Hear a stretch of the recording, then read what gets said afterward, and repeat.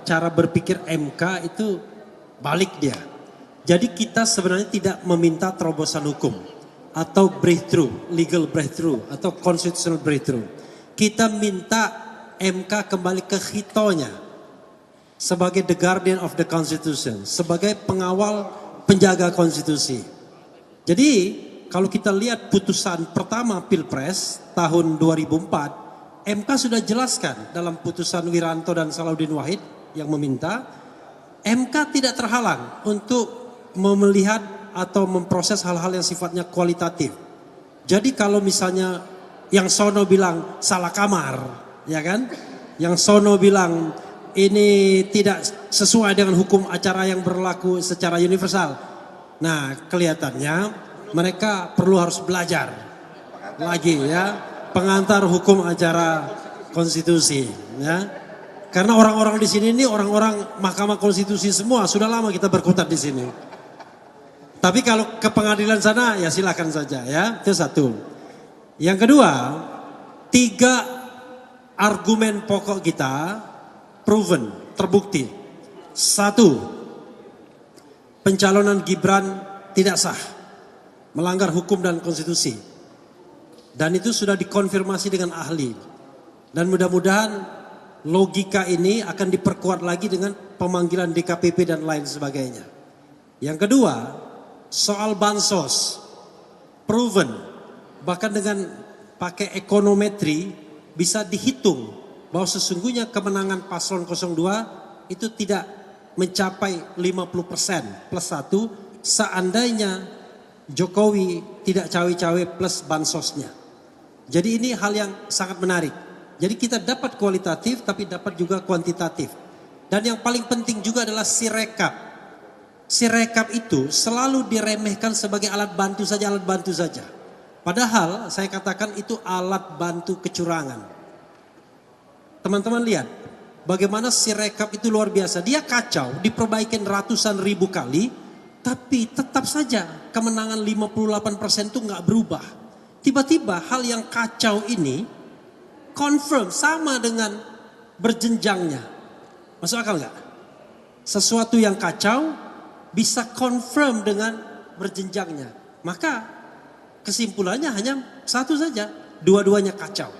Dua-duanya tidak bisa dipertanggungjawabkan. Nah, tetapi sekali lagi kita mempermasalahkan governance pemilu secara besar yang kita anggap ada pelanggaran konstitusi. Terima kasih. Assalamualaikum warahmatullahi wabarakatuh.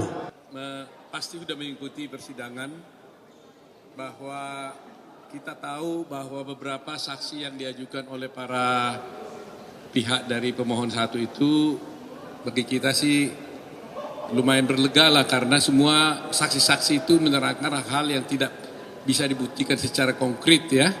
Bahkan selalu mereka mengatakan ada oknum-oknum yang intimidasi tapi ketika ditanya siapa orangnya nggak ada yang tahu gitu ya.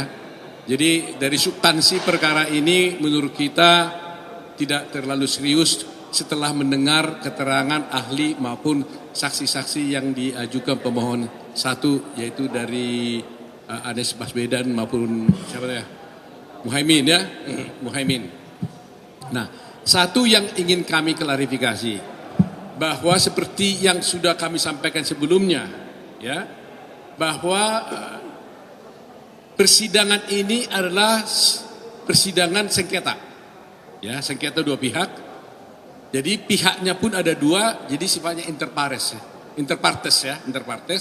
Sehingga para pihak tidak boleh memanggil saksi-saksi di luar daripada dia tidak boleh memaksakan pada Mahkamah Konstitusi untuk memanggil pihak ketiga kecuali dia membawa sendiri buktinya untuk membuktikan dalilnya.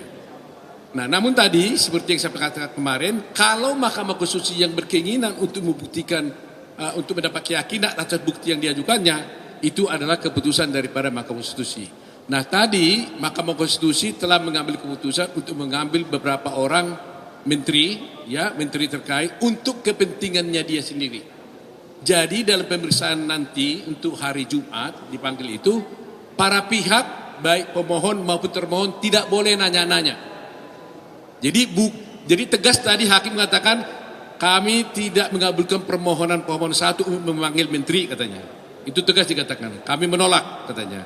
Tetapi katanya kami yang butuh untuk memeriksa para menteri tersebut, yaitu Pak Menteri Pendidikan dan Kebudayaan, Ibu Sri Mulyani Menteri Keuangan, Pak Hartarto, yaitu baru Pak Risma, Ibu Risma, baru DKPP, ya DKPP kalau salah tadi ya.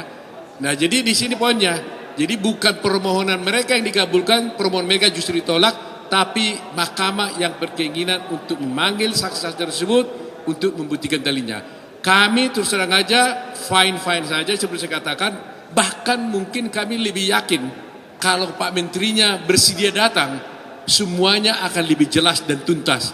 Kalau para menterinya ini datang, kami tidak capek lagi mencari saksi-saksi yang lain. Ya kalau saksi-saksi lain kan pasti hanya sifatnya kan sepotong-sepotong. Tapi kalau sudah menteri menjelaskan, ya tuntas gitu loh. Jadi itu yang kami sampaikan. Jadi mudah-mudahan kalau mereka datang hari Jumat, saksi para menteri ini bersaksi, kami masih akan mendapat posisi yang lebih baik karena semua menteri-menteri terkait itu akan menjelaskan yang sebenarnya yang menurut kami tidak ada masalah dalam kasus ini. Silakan Hotman dulu lah. Siap-siap kamu punya TikTok, kalau gue yang ngomong langsung menarik. Persidangan hari ini, saya melihat Bambang Wijananto dan Refri Harun, kuasa dari 01, bagaikan pungut merindukan bulan. Dia mau membatalkan suara 90 juta lebih dari 02, dia membawa 9 saksi fakta, tapi 2 dari saksi fakta itu hanya mempersoalkan, 1 mempersoalkan 300.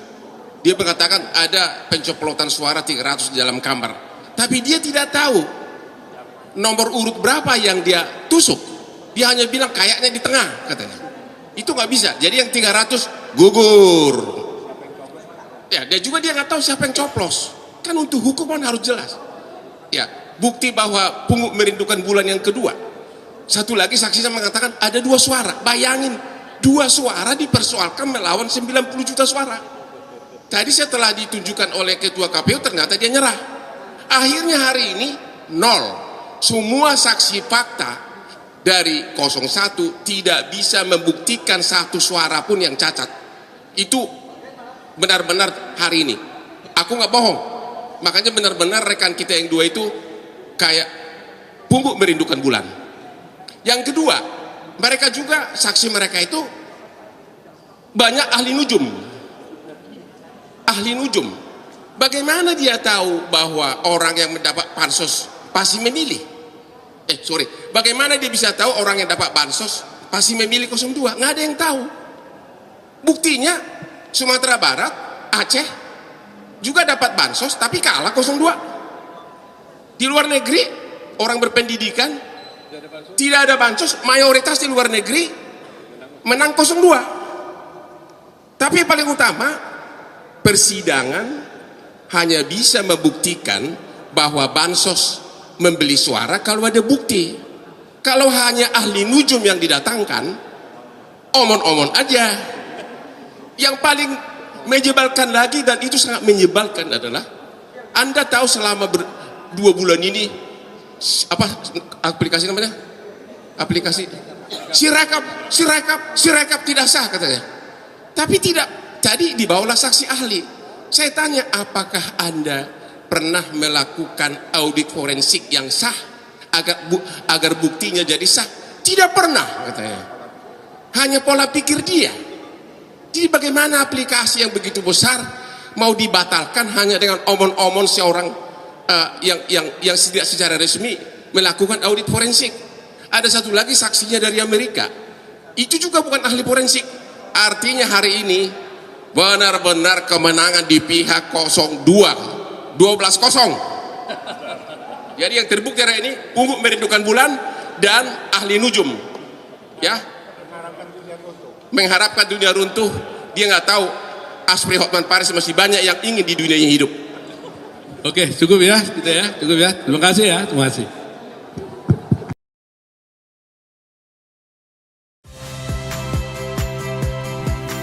Saya Tifa Solesa. Saksikan program-program Kompas TV melalui siaran digital, pay TV, dan media streaming lainnya. Kompas TV, independen, terpercaya.